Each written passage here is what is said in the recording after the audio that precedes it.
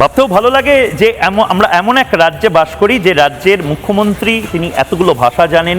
তিনি নিজে দাবি করছেন চিকিৎসা শাস্ত্র সম্বন্ধে তার অগাধ জ্ঞান, ভাষা নিয়ে অগাধ জ্ঞান, শাস্ত্র নিয়েও তার অগাধ জ্ঞান। এবং তিনি মাঝে মধ্যেই বলেন যে আমাকে হিন্দুত্বের পাঠ পড়াচ্ছ।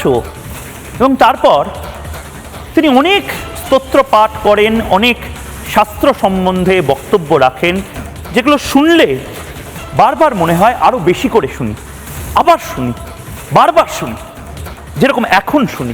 ওং জয়ন্তী মঙ্গলা কালী ভদ্রকালী কপালিনী দুর্গা শিবা ক্ষমা ধাত্রী সাহা সদা নমস্তুতে মধুকৈটব বিদ্যাত্রী বরদে নম রূপং দেহি জয়ং দেহি যশ দেহি দিশ জয়ী মহিষাসুর নির্নাশ বিধাত্রী বরদে নম রূপং দেহি জয়ং দেহি যশ দেহি দিশ জয়ী বন্দিতাগ্নি যুগে দেবী সর্বসৌভাগ্যদায়িনী রূপং দেহি জয়ং দেহি যশ দেহি দিশ জয়ী।